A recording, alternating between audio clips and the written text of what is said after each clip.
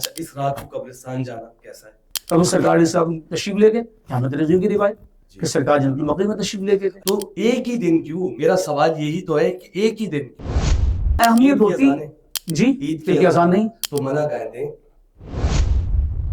اگر یہ ساری چیزیں اس رات کی اگر دائرے میں ہم ڈال دیتے ہیں تو پھر وہ جو 5 طاق راتیں ان کا کیا ہو؟ 21ویں 23ویں 25ویں 27ویں 29ویں ساری فضیلتیں تو قرآن کے اندر اس راتوں کے بارے میں آئی ہے. 15 شعبان کے حوالے سے تو کوئی فضیلت قرآن میں ملتی ہے؟ قرآن میں تو نہیں ہے، لیکن بات مفسرین کی رائے ہے. سوال یہ ہے کہ جیسے میں نے ابھی آپ سے بات کی تھی رفع دین کی، جی جی جی یہ میرا جی ایک ذاتی کہ رفع دین جو ہے آپ کہتے ہیں کہ نہ وہ فرض ہے نہ وہ واجب ہے نہ یہ ساری چیزیں، مگر آپ نے کہا کہ رسول اللہ پہلے کرتے تھے آخری ایاموں میں چھوڑ دیا تھا. سارے اکٹھی ہوگی وہ مقام حسن کو پہنچے گی تو ہم تو اس کو عقیدہ نہیں بنا رہے جی. جب آپ کسی چیز کا عقیدہ بنائیں گے تب مسئلہ بنے گا.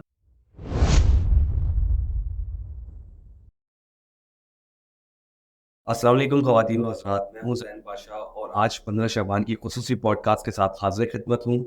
آج میرے جو مہمان ہیں وہ ایک مفتی ہیں ماشاءاللہ، اللہ ان کو جزائر خیر دے کہ انہوں نے اپنی مصروفیت میں سے مجھے وقت دیا. جناب زاہد صاحب السلام علیکم. وعلیکم السلام ورحمۃ اللہ. کیسے مزاج؟ جی الحمدللہ ٹھیک ہے، خیریت سے؟ الحمدللہ. اور بتائیں کیا چل رہا ہے آج کل زندگی؟ بس مصروفیات دین کے حوالے سے ہی ہیں، خطابت کا سلسلہ جاری ہے، اسکولنگ سسٹم ہے اور کوچنگ کا سلسلہ ہے. سب پورا دن کافی سارے کام چل رہے ہیں. جی جی مصروفیات اور تدریس کے ساتھ تصانیف کا سلسلہ بھی ہے الحمدللہ. شب برات کے حوالے سے بتائے کہ عموماً ہم دیکھتے ہیں کہ امت میں اس کو عید کی طرح منایا جاتا ہے کہ قبرستان آباد ہو جاتے ہیں. بیسیکلی یہ پہلے بتائے کہ شب برات کی حقیقت ہے کیا؟ بسم اللہ الرحمن الرحیم. شب برات لفظ شب برات پہ ہم غور کریں تو ہمیں اس کا بڑا کانسیپٹ کلیئر ہو جائے گا. شب کا معنی ہوتا ہے رات، ٹھیک ہے، اور برات یہ عربی زبان کا لفظ ہے اور اس کا معنی ہوتا ہے چھٹکارے والی رات، توبہ استغفار والی رات، مغفرت والی رات، شفاعت والی رات.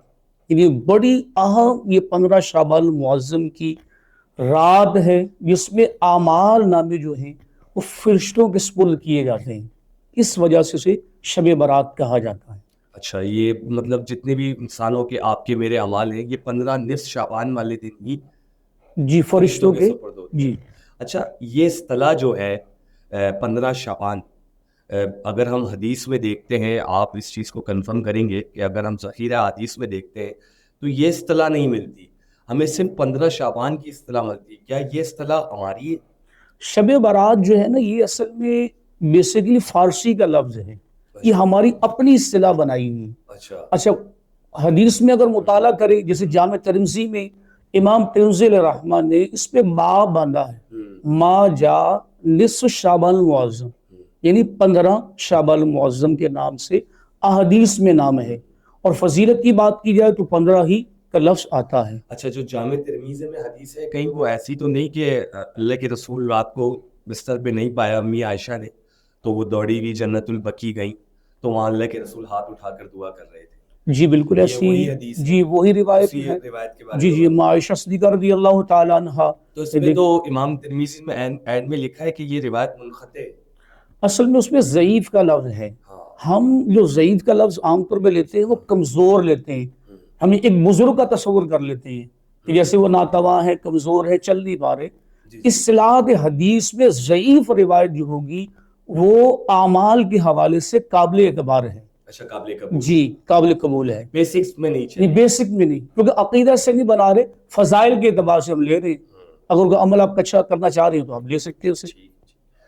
اچھا، اس رات میں روزہ رکھنا اور 100 رکعتیں ادا کرنا، کوئی لوگ صلاۃ التسبیح بھی پڑھتے ہیں، حالانکہ صلاۃ التسبیح والا چیپٹر ایک بالکل الگ سے ہے، اس پہ بھی کافی ساری ڈھیروں روایت ہے جس میں وہ محدثین کا کلام ہے کہ یہ ساری ضعیف ہے، مگر جب وہ زیادہ ایک ساتھ اتنی ہو جاتی ہے تو وہ حسن کا درجہ لے لیتی ہے.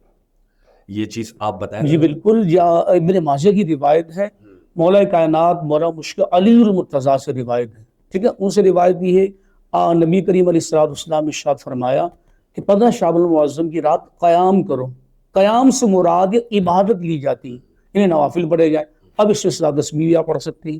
پھر فرمایا کہ 15 شعبان المعظم کے دن کا روزہ رکھو. کیوں روزہ رکھا جائے, اس رات کی عبادت کیوں کی جائے, اس کی اسی روایت ابن ماجہ میں موجود ہے کہ میرے آقا علیہ الصلوۃ والسلام ارشاد فرمایا کہ وہ رات ہے جب اللہ تعالیٰ کی رحمت کی خاص تجلی ہوتی ہے, اس رات اس کا اجلال نزول ہوتا ہے, اور اللہ تبارک و تعالیٰ کی رحمت اپنے بندوں کو پکارتی ہے کوئی مغفرت طلب کرنے والا کہ اسے معاف کر دیا جائے, ہے کوئی رزق طلب کرنے والا اسے رزق عطا کر لیا جائے, ہے کوئی سائل, ہے کوئی بخشش چاہنے والا, ہے کوئی مصیبت زدہ کہ اسے عافیت عطا کر دی جائے. تو اللہ کی رحمت پوری رات, اس 15 شعبان المعظم کی رات, یہ شب برات ہمارے اصطلاح میں کہا جاتا ہے, اسنا آوازیں دیتی ہے.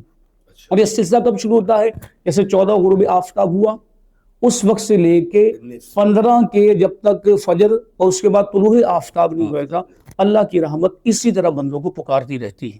یہ ابن ماجہ کے اندر موجود ہے. اچھا, یہ اللہ کی رحمت سے ایک بات اور ذہن میں آئی کہ اگر جو ہم تہجد پڑھتے ہیں تو اس میں بھی تو اللہ روز آسمانوں پر نزول کرتا ہے. اچھا, ان دونوں میں ڈیفرنٹ, اب فرق دیکھیے. اچھا, تہجد کی نماز کے وقت وہ ایک خاص ٹائم ہے جسے تیسرا پہر کہا جاتا ہے کہ اللہ کی رحمت اس وقت پکار رہی ہوتی ہے. لیکن یہ 15 شعبان المعظم کی رات پوری رات ٹرن آؤٹ لے کے, جیسے غروب آفتاب وہ اس وقت لے کر اگلے یعنی 15 کا جب تک طلوع آفتاب نہیں, اس وقت پوری رات یہ رحمت پکارتی ہے, اور تہجد میں ایک وقت خاص ہوتا ہے. تو یہ ان دونوں میں فرق ہے. اچھا, بعض لوگ اس رات کو لیلۃ القدر سے بڑی تشبیہ دیتے ہیں, اس میں کیا ہے آخر؟ اصل میں قرآن مجید فرقان حمید کے اندر سورہ دخان کی ابتدائی آیات کے اندر دیکھیں آپ, اس میں انا انزلناہ فی لیلۃ المبارکہ کا لفظ آیا. اب مبارک کا ظاہر سی بات ہے, اس میں مفسرین کی 2 رائے ہیں کہ اس مبارک رات کیا تھی. وہ قرآن مجید کا نزول ہوا تھا. اب ہم قرآن کا مطالعہ کریں تو ہمیں پتہ چلتا ہے کہ شہر رمضان الذی انزل فیہ القرآن, رمضان وہ مہینہ جس میں اللہ تبارک و تعالیٰ کی قرآن مجید کا نزول ہوا. پھر اس لیے انا انزلناہ فی لیلۃ القدر موجود ہے کہ ہم نے اسے مقدس رات, قدری رات میں نازل کیا. تو اس سے پتہ چلا کہ قرآن مجید فرقان حمید کا نزول جو ہے وہ شب قدر کی رات میں ہوا ہے اور وہ رمضان المبارک میں ہے. اب اس میں تطبیق کیا کی, اب تضاد ہو گیا 2 باتیں, یہ لیلۃ المبارکہ آ رہا ہے, ادھر قدر کی والی رات کی بات کی جا رہی, تو ان میں تطبیق کیسے ہوگی؟ اس سے تطبیق ایسے ہوگی کہ اعمال نامے 15 شعبان المعظم کی رات لکھے جاتے ہیں لوح محفوظ پر, اور شب قدر کی رات جو کہ آخری عشرے کی 10 راتیں ہیں ان میں فرشتوں کے سپرد کر دیا جاتا ہے. ان میں تعارض جو وہ ختم ہو گیا, ایک طرف لکھا گیا 15 شعبان المعظم, اور جو فرشتوں کو اعمال نامے دیے جا رہے ہیں ہمارے وہ شب قدر کی رات ہیں. یہ فرق ہے. ماہ رمضان کے علاوہ نبی علیہ الصلوۃ والسلام شعبان میں کثرت سے روزے رکھا کرتے تھے, جی اور آخری وقت یعنی رمضان کا آنے سے پہلے 2 سے 3 دن پہلے اس چیز کو ترک کر دیتے تاکہ ایک رمضان پہ ایک بوجھ نہ پڑے, کہ اس میں طبیعت ٹھیک رہے, صحت اچھی رہے. کیا ایسا ہے؟ بالکل ہے. روایات کے اندر یہ 2 باتیں درج ہیں. ایک روایت یہ بھی موجود ہے کہ سرکار 15 کے بعد یعنی روزے چھوڑ دیتے تھے, اور ایک روایت اما عائشہ صدیقہ رضی اللہ تعالیٰ عنہ فرماتی ہے کہ بخاری کی روایت ہے, اس قدر کثرت سے روزہ رکھتے کہ اب چھوڑیں گے نہیں, یا بعض کو چھوڑتے تھے اب رکھیں گے نہیں. یہ دونوں روایات موجود ہیں. تو سرکار علیہ الصلوۃ والسلام رمضان کے علاوہ کوئی مہینہ سب سے زیادہ شعبان المعظم میں میرے آقا علیہ الصلوۃ والسلام نے روزے رکھے, اور اس کی وجہ بھی پوچھی گئی کہ یا رسول اللہ آپ اتنے روزے کیوں رکھتے ہیں؟ تو سرکار نے اس کی 2 وجوہات بنائی. ایک تو سرکار علیہ نسائی شریف کی روایت ہے, میرے آقا علیہ الصلوۃ والسلام ارشاد فرمایا کہ رجب اور رمضان کے درمیان شعبان ایک مہینہ ہے جس سے لوگ غافل و سست ہیں. وجہ کیا ہے؟ اس لیے فرمایا خصوصی وجہ کیونکہ ان کے اعمال اللہ تبارک و تعالیٰ کی بارگاہ میں پیش کیے جاتے ہیں شعبان المعظم کے مہینے. تو میں چاہتا ہوں جب میرا اعمال نامہ پیش کیا جائے اس وقت میں روزے سے ہوں. اچھا, ایک اور روایت ہے, اور دوسری جی روایت ہے کہ نبی علیہ السلام پیر اور جمعرات کا روزہ رکھتے ہیں. جی تو صحابہ نے عرض کیا یا رسول اللہ پیر کا روزہ کیوں رکھتے ہیں؟ تو نبی علیہ السلام نے فرمایا پیر کے دن میں پیدا ہو. جی اور کہا کہ جمعرات کا روزہ کیوں رکھتے ہیں؟ تو کہا جمعرات والے دن ہر ہفتہ وار ڈائری اللہ کے پاس جاتی ہے, تو میری ڈائری جائے تو جناب محمد رسول اللہ روزے سے. اچھا, یہ روایت بھی موجود, اور مسند ابی یعلا کی روایت میں موجود ہے. اما عائشہ سوال دوسری میں وجہ بتا رہا تھا. سرکار نے سب پوچھا کہ یا رسول اللہ کیوں روزے رکھتے ہیں؟ سرکار نے ارشاد فرمایا شعبان المعظم کے مہینے میں ہر جان جو دنیا سے رخصت ہوتی ہے اسے لکھ دیا جاتا ہے. میں چاہتا ہوں جب میرا اجل نامہ لکھا جا رہا ہو, یعنی آخرت کے میرے میں جانے کا لکھا جا رہا ہو, اس وقت میں روزہ دار ہوں. ایک وجہ سرکار نے وہ ارشاد فرمائی, اور دوسری یہ وجہ ارشاد فرمائی. اچھا اس رات میں تقدیر کے فیصلے ہوتے ہیں, لوگ کہتے ہیں روحیں گھر پر آتی ہیں, یہ تو برزخ کا معاملہ ہے, یہ تو عالم برزخ میں ہے روحیں, تو مطلب گھروں میں کیسے آتی ہیں؟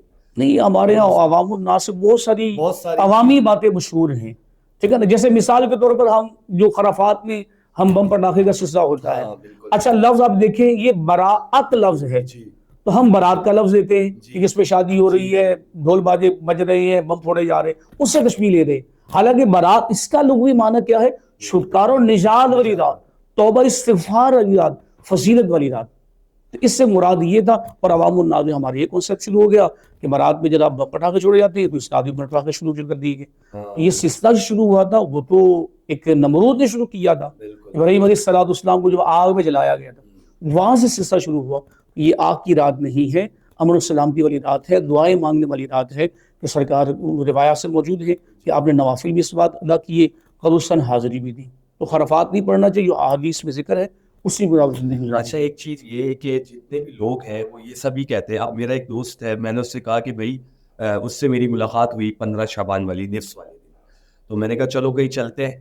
تو اس نے کہا ابھی میں نہیں جا رہا. میں نے کہا کیوں نہیں جا رہے؟ تو کہہ رہا ہے کہ وہ دادا آنے والے. میں نے کہا تمہارے دادا کو تو انتقال ہوئے کوئی 15 برس گزر گئے, تو تم لوگوں نے گھر بھی چینج کر لیا ہے. جس گھر میں تمہارا انتقال ہوا تھا وہ گھر کا تو راستہ بھی کچھ اور تھا. مطلب ایک تعجب ہوتا ہے, مطلب یہ چیزیں دین کا حصہ نہیں ہے جو لوگوں نے بنا لی ہیں. تو آپ اس پہ ذرا تھوڑی سی روشنی ڈالیں, ذرا کھلے الفاظوں میں بتائیں کہ کیا ہے آخر ماجرا. اصل میں بہت ساری چیزیں ہمارے آباء و اجداد سے چلتا چلا آ رہا ہے, وہ عوام الناس سے مشہور ہیں. دادا کر رہے تھے, والد صاحب کر رہے تھے, ہماری بڑی عورتیں ہیں وہ سلسلہ لے کے بیٹھی ہوئی ہیں, قرآن و حدیث کو ٹیسٹ نہیں کرتے. ان چیزوں کو جو سینہ بہ سینہ چلتی چلی آ رہی ہیں ان کو ہم ذرا قبول کرتے ہیں, اور خواندہ رسول رواج دے, خوشی ہو غمی ہو, اسی طرح یہ چیزیں بھی عوام الناس کے اندر مشہور ہو گئی. شریعت میں اس کا کوئی کانسیپٹ نہیں. اچھا اس رات کے حوالے سے کافی کثیر تعداد میں روایتیں ملتی ہیں, تو آیا یہ صحابہ کرام نے بھی اس رات کو منایا اور اہل بیت اطہار نے بھی منایا؟ ذرا اس پہ بتائیں. دیکھیے صحابہ کرام ایک جو روایت آپ بیان کر رہے تھے کہ لوگ نوافل پڑھتے ہیں اس رات, 100 نوافل کا بھی کانسیپٹ ہے. اس روایت کو غنی الطالبین میں سید شیخ عبد القادر جیلانی نے لیا ہے, ٹھیک ہے. اس کو صلاۃ الخیر کے نام سے یعنی کہ لکھا گیا ہے, صلاۃ الخیر. اور اس روایت کو امام حسن بصری فرماتے ہیں کہ 30 صحابہ سے یہ بات منقول ہے. اور اس دور کے اندر اس 100 نوافل کو باجماعت ادا کیا جاتا تھا. اچھا اس کی فضیلت کیا ہے کہ ہر رکعت میں 100 کیسے پڑھنی, ہر سورہ فاتحہ کے بعد 10 بار سورہ اخلاص قل هو اللہ احد پڑھنی. شیخ عبد القادر جیلانی تو رفع دین بھی کرتے تھے. رفع الیدین کرتے تھے, وہ حملی مسلک کے تھے. اچھا حملی. ہاں تو وہ امام احمد حنبل بھی ماننے والے وہ سب جی وہ رفع الیدین کرتے. ہم کہتے ہیں منع نہیں ہے اگر آپ ان کی تقلید کر رہے ہیں. ہم امام اعظم کی تقلید کرتے ہیں تو ہم ظاہر سی بات, وہ حنبلی ہیں اور ان کے جتنے پیروکار ہیں وہ سب حنفی ہیں. ہاں نہیں پیروکار, اب ماننے میں کوئی حرج نہیں, مقصد کہنے کا یہ نہیں ماننے میں کوئی حرج نہیں اس میں ہے. مانتے تو ہم بہت ساری چیزوں کو ہیں, پہلے انبیاء علیہ السلام کو بھی مانتے ہیں, صحابہ کو بھی مانتے, سب کو ماننے میں کوئی حرج نہیں ہے. ماننا اور ان کا عقیدہ کانسیپٹ کرنا, ان کی پیروی کرنا. آپ لوگ جو بیسک چیزوں میں پیروی کرتے ہیں یا فضائل میں عمل میں پیروی کرتے ہیں, بیسکس چیزوں میں آپ تقلید نہیں کرتے؟ نہیں بیسک زیادہ وہ تو قرآن و حدیث سے منقول ہے. اچھا وہ جس سے ڈائریکٹ آ رہی. مسئلہ یہ ہے, میں ذرا تھوڑا سا کانسیپٹ کلیئر کرنا چاہ رہا ہوں. اصل میں ہوتا کیا ہے, ہم امام اعظم کی پیروی کیوں کرتے ہیں, اس کی وجہ ہے وہ اس اطیعوا اللہ و اطیعوا الرسول اولی الامر منکم, کہ پیروی کرو اللہ کی اور اس کے رسول کی جو تمہیں اہل امر حکم والے ہیں. اب ظاہر سی بات امام ابو حنیفہ تابعی بزرگ ہیں, یعنی جنہوں نے صحابی کی زیارت کی اور ایمان کی حالت میں اس دنیا سے رخصت ہوئی ہو. اب ظاہر سی بات ہے اس وقت ہماری چیزوں کو شبہ بنا دیا گیا, قرآن حدیث سے سوا فقہ. ابو حنیفہ کی کوئی کتاب تھی کہ بہت ساری کتابیں, کتاب الآثار کی کتاب, شاگردوں کی, امام یوسف کی اور امام محمد کی, ان کی بھی کتاب ہے کتاب الآثار. آپ کا جو پورا فقہ حنفی ہے وہ سارا امام یوسف اور امام محمد لکھنے والے وہ ہیں. کتاب جو ہے نا کتاب الآثار نام ہے, اس پہ 70,000 احادیث کا مجموعہ لے کے 40,000 اس کے اندر جمع کی گئی. جمع ان لوگوں نے کی ہے اور لکھے امام اعظم حنیفہ رضی اللہ عنہ.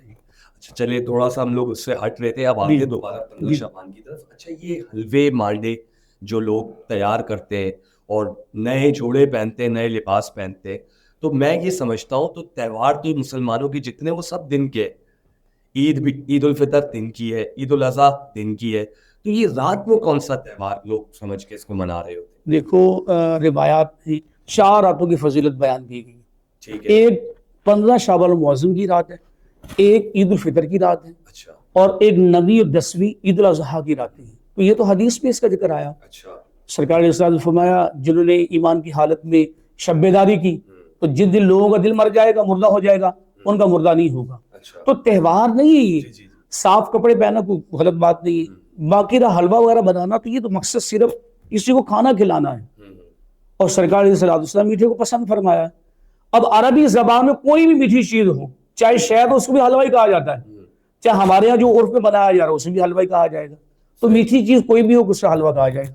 اچھا, عبادت کا کوئی دن مخصوص کرنا, اسلام اس کی کتنی اجازت دیتا ہے؟ ایک دن مخصوص کر لیا. میں یہ کہتا ہوں, ایک ویسا میرا موقف ہے کہ 365 دن ہوتے ہیں سال میں, اور سال کے 365 دن ہم نے اللہ کی فرمانی کروں, اس میں نماز بھی پڑھنی ہے, روزے بھی رکھنے. ایک دن ہر چیز کے لیے ایک دن کا کانسیپٹ مجھے سمجھ میں نہیں آتا کہ ہر چیز کو لا کے ہمارا مسلمان ایک دن کے اندر بند کر دیتا ہے. مطلب پورے آپ کے پاس 365 دن ہے. جیسے آپ نے ابھی کہا کہ تہجد کے وقت اللہ اپنے آسمانوں میں نزول کرتا ہے, تو میرے بندے کہتا ہے میرے بندے مانگ مجھ سے, جو کچھ مانگنا ہے میں دوں گا.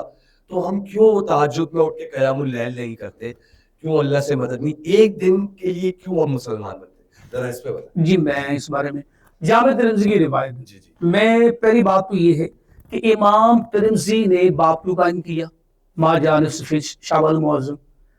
اس بات سے یاد رکھیں جب کوئی امام کوئی باب عنوان قائم کرتا ہے وہ اس کا عقیدہ ہوتا ہے. یہ متفقہ طور پر سب کا اس پہ اتفاق. اچھا, امام ترمذی اپنے استاد انہوں نے امام بخاری سے بھی پوچھا. امام ترمذی جو ہے انہوں نے ایک باب قائم کیا. دوسری بات جو ہم عبادت اس رات میں کرتے, کیوں کرتے؟ اما عائشہ صدیقہ رضی اللہ تعالی نے روایت کیا. پھر میرے آقا علیہ الصلوۃ والسلام نے ارشاد فرمایا اس رات قبیلہ بنی کلب کی بکری کے بالوں سے بھی زیادہ اللہ تبارک و تعالی گنہگار کی مغفرت فرما دیتے ہیں. تو یہ روایات کے اندر موجود ہے. پھر عبادت کا کانسیپٹ ابن ماجہ کی روایت میں قیام کا لفظ آیا. تو قیام سے مراد اگر آپ کچھ بھی کھول کے دیکھ لیں یا لغات کی کتاب دیکھیں, اس سے مراد تو عبادت کرنا ہے. ٹھیک ہے, اس طرح یہ کانسیپٹ. اچھا, یہ جو آپ نے روایت پڑھی نا امی عائشہ والی, یہ روایت امام ترمذی نے اپنے استاد امام بخاری سے بھی پوچھی.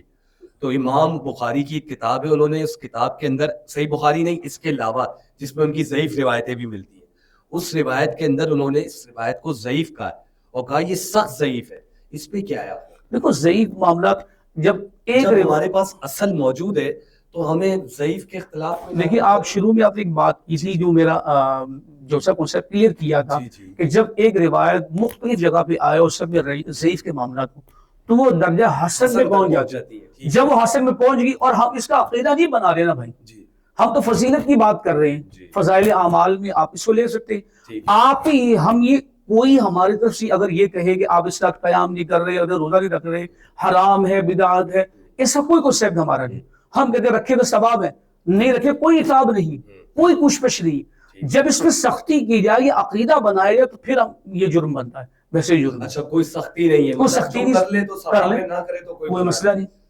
اچھا, صحابہ کرام کے دور میں یہ عمل نہیں کیا گیا, آپ کے بقول نہیں ہوا؟ نہیں, عمل کیا انہوں نے. اچھا, یہ اس رات جو روایات موجود ہے وہ کیا سے ہم کرتے ہیں, اس طریقے سے کیا صحابہ کرام. ہم جو کرتے ہیں کیا کرتے ہیں, ہم یہ کرتے ہیں مثال کے طور پر محفلیں ہوتی باقاعدہ مسجدوں کے اندر, اور پورے لوگ بٹھائے جاتے ہیں, وہ کھانے کا فجر تک انتظار کر رہے ہوتے ہیں, بیٹھے ہوتے ہیں, ایک حلبوں کا سسٹم, مانڈوں کا سسٹم چل رہا ہوتا ہے. یہ آیا صحابہ کرام کے دور میں ہوا کہ ایک اجتماعی محفل کا انعقاد کیا گیا.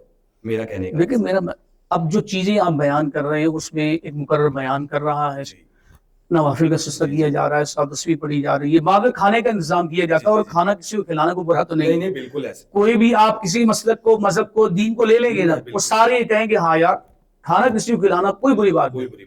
اور حلوے کا تصور تو میں نے آپ کو پہلے بتا دیا کہ وہ لیا جاتا ہے ہاں میٹھے کے طور پہ. اچھا, اس چیز میں مسئلہ یہ آتا ہے یہ چیز جو کر رہی ہے, تلاوت کی جا رہی ہے, نعت خوانی کی جا رہی ہے, ساتھ جانا نوافل کا سلسلہ کیا جا رہا ہے, اس میں حرام کیا چیز ہے؟ اب اس پہ بات جب کی جائے تو کوئی جواب ہی نہیں آتا. نعت خوانی منع نہیں ہے, نوافل پڑھنا منع نہیں ہے بلا کے نوافل کے معاملات کرنا یا نعت خوانی کا سلسلہ کرنا, جو بھی چیز کیا جا رہا ہے وہ ایک ترغیباً معاملات ہوتے ہیں. تو اس میں کوئی اس بارے میں کوئی بات نہیں کرے گا کہ ہاں یہ حرام ہے. نعت خوانی کو بولو نہیں, یہ آسان میں ثابت کی سنت ہے. تلاوت کلام پاک کرنا, پھر یہ نوافل کی نماز ترغیب لا کے لوگ اکٹھا کرنا آسانی سے لوگ ادا کر لیتے ہیں، ورنہ سستی کا شکار ہو جاتے ہیں. تو اس میں کوئی چیز ایسی نہیں ہے. میں سمجھتا ہوں عام الناس میں کانسیپٹ دیا گیا ہے، نہ اس بارے میں کچھ سختی ہے. کافی جمہور علماء تو اس رات کو کرنے جی شب داری کے قائل جی الحمدللہ 80%. اقلیت میں کچھ علماء کرام ہوں گے جو اس چیز سے دور ہوں گے، باقی آپ کا اہل حدیث طبقہ جو ہو گیا تو اس رات کا، اور دیوبند حضرات کو بھی اگر ہم دیکھتے ہیں تو وہ بھی کافی ان کے اکثریت ہے، وہ میرے پاس موجود بھی ہے، ان میں کلپ بھی میں نے سنے ہیں، تو کچھ قائل ہیں اس چیز کے کرتے ہیں. ہاں جو اس کے نام بھی میرے کو پتا ہے. آپ کی تو اس پہ بڑے بحث مباحث سے ہوتے ہوں گے. جی میرے بارے میں میں بتا رہا ہوں، یہ باعث یہی ہوتا ہے کہ قرآن و حدیث میں کہاں لکھا ہوا ہے یہ ضعیف روایت اس لیے چھوڑ دینا، تو ایسا کوئی مسئلہ نہیں. ضعیف روایت کو فضائل اعمال میں لیا جا سکتا ہے، اس میں کوئی مذائقہ نہیں ہے. اچھا کیا اس رات میں تقدیر کے فیصلے ہوتے ہیں؟ جی الحمدللہ. کیسے؟ مثال کے طور پر تقدیر، یہ معاملہ جو میں نے آپ کو پتا لوح محفوظ سے جو لکھا جاتا ہے وہ فرشتوں کو سپرد کیا جاتا ہے کہ فلاں بندے نے کیا کیا ہوتے ہیں. سب سے پہلی بات ہے کس جان نے اس دنیا سے جانا ہے، کس سے پیدا ہونا ہے، کتنا کس کو رزق دیا جائے گا، کون اس سال حج کرے گا، یہ تقدیر کے فیصلے. تو اگر یہ ساری چیزیں اس رات کی اگر دائرے میں ہم ڈال دیتے ہیں تو پھر وہ جو 5 طاق راتیں ان کا کیا ہوگا؟ 21ویں 23ویں 25ویں 27ویں 29ویں ساری فضیلتیں تو قرآن کے اندر اس راتوں کے بارے میں آئی ہے. 15 شعبان کے حوالے سے تو کوئی فضیلت قرآن میں ملتی ہے؟ قرآن میں تو نہیں ہے، لیکن بات مفسرین کی رائے ہے یہ. مگر کوئی اس سے میں نے مفسرین کی رائے قرآن کے آگے قابل قبول تو نہیں ہوگی. حدیث میں اس کا ذکر آیا، وہ تو ضعیف بھی ہے نا. پھر ضعیف روایت کا کلام بہت سارے اکٹھی ہوگی وہ مقام حسن کو پہنچے گی، تو ہم تو اس کو عقیدہ نہیں بنا رہے. جی جب آپ کسی کا عقیدہ بنائیں گے تب مسئلہ بنے گا، تب بگاڑ پیدا ہوگا. فضیلت لیں گے، فضائل اعمال میں لیں گے تو اس پہ کسی کا اختلاف نہیں ہے، آپ لے سکتے ہیں اسے. اب ایک آدھ بات کرے تو وہ کرتا رہے. اچھا اس رات کو قبرستان جانا کیسا ہے؟ کبھی سرکار صاحب تشریف لے گئے، جامعۃ النظیم کی روایت کہ سرکار جنت المقی میں تشریف لے گئے تھے. اللہ کے رسول تو وہ جو فتح مکہ کے بعد جو واپس لوٹے تو اپنی والدہ ماجدہ کی قبر پر گئے. جی جی. اور جا کر پھر واپسی نیچے آ کر سارے صحابوں سے اعلان کیا کہ پہلے میں قبرستان جانے سے تم لوگوں کو منع کرتا تھا. ابن ماجہ کی روایت ہے، اب جایا کرو، اب جایا کرو، دنیا سے رغبت کم ہو اور آخرت کی یاد کر. بالکل یہ ہے روایت موجود ہے، ابن ماجہ کی روایت. تو ایک ہی دن کیوں؟ میرا سوال یہی تو ہے کہ ایک ہی دن کیوں؟ اس سال میں 365 سرکار کے عمل سے ثابت ہے نا. وہ والی روایت ضعیف ہے بھائی. ضعیف روایت تو اس صورت میں ہوگی جب ہم اس کا عقیدہ بنائیں گے. مثال کے طور پر نماز ہے فرض عین ہے، اگر وہ چھوڑا گناہ گار ہوگا، اور اگر وہ قبرستان نہ جائے گناہ گار ہوگا نہیں ہوگا؟ وہ تو اس کی مرضی پہ ڈیپینڈ کرتا ہے نا، جائے نہ جائے. اس رات میں اگر کوئی جانا چاہے تو ٹھیک. تو جس طریقے سے ہم ہجوم کے ساتھ جاتے ہیں، یہ چیز پوچھنا چاہ رہا ہوں کہ یہ چیز جائز ہے کہ جمع غفیر ہوتا ہے 4 عرف عام میں جو چیز لوگ اچھا سمجھتے ہیں اس سے برائی کیا موجود ہے؟ دیکھو ایک چیز حلال ہے ایک حرام ہے، ٹھیک ہے. حلال ہے تو ظاہر سی بات ہے اس کی دلیل آپ کو بہت کم ملے گی. حرام کی ملے گی کہ یہ چیز حرام ہے، نص قطعی ہوگی، قرآن سے چیز ثابت ہوگی، حدیث سے ثابت ہوگی. بات یہ کہ منع کہاں ہے کہ سرکار نے فرمایا اس مخصوص رات میں آپ نے نہیں جانا ہے. اور اگر اتنی اہمیت ہوتی جی عید کی اذان نہیں تو منع کہتے ہیں نہیں وہ آپ بات ٹھیک ہے. تو عید میں بھی ہوگا نہیں، وہ آپ کی بات ٹھیک ہے. ایک رکعت میں کتنے کتنے وہ تو فرض چیز ہے نا، وہ عقیدہ بن رہا ہے نا ہمارا. نہیں عقیدہ بن رہا ہے. میں نے آپ کو 2 سجدے 3 کر لوں نہیں، اس میں عقیدے کی بات آ رہی نا. فضیلت کی میں بات کر رہا ہوں. فضیلت میں جب بات آپ لیں گے تو وہاں آپ کو دکھانا پڑے گا. میں کہتا ہوں چیز حرام ہے تو آپ دلیل طلب کریں گے مجھ سے کہ نہیں؟ بالکل. میں کہہ رہا ہوں گائے حرام ہے تو آپ کہیں دلیل آئی نہیں، کہاں سے حرام؟ بھینس کا کوشچن دکھائے کہاں ہے؟ جس وجہ سے وہ کہتے ہیں نہیں یہ جائز ہی نہیں ہے، گائے کا ذکر ہے بھینس کا نہیں، تو ہم اسے جائز کیوں کرا دے رہے ہیں؟ منع نہیں ہے بھائی. اگر ہم اس طرح اگر اس چیز ہم کرنا شروع کر دیں نا حلال چیزوں کی دلیل تلاش کرنا چاہتے تو بہت مشکل ہو جائے گا بھائی. سرکار نے یہ سنت متواتر دائمہ ہے امامہ باندھنا، تو بھی کہاں ہے؟ یہ کہاں ہے؟ امامہ باندھنا نہیں، چادر کا ہے کہ چادر رکھ کے نماز پڑھی. امامے کا ہے نا یار، حدیث میں ملتا ہے. جی حدیث میں ملتا ہے. ایک حوالہ ذرا دیں. بہت ساری روایت ہے. سرکار نے فرمایا امامہ عرب کا تاج اور عزت ہے، عرب والے امامہ اتار دے گا بھی عزت اتار دے گی. یہ تو روایت موجود ہے. امامے کا لفظ ہے، اس میں جو ہے نا وہ لباس میں چیزیں آ جاتی ہیں کہ اس میں تہمد آ گیا، کرتا آ گیا، چادر آ گئی امامہ آ گیا. یہ کانسیپٹ 4 چیزوں کا احادیث میں ملتا ہے, تو یہ پورا لباس کہنا ہے.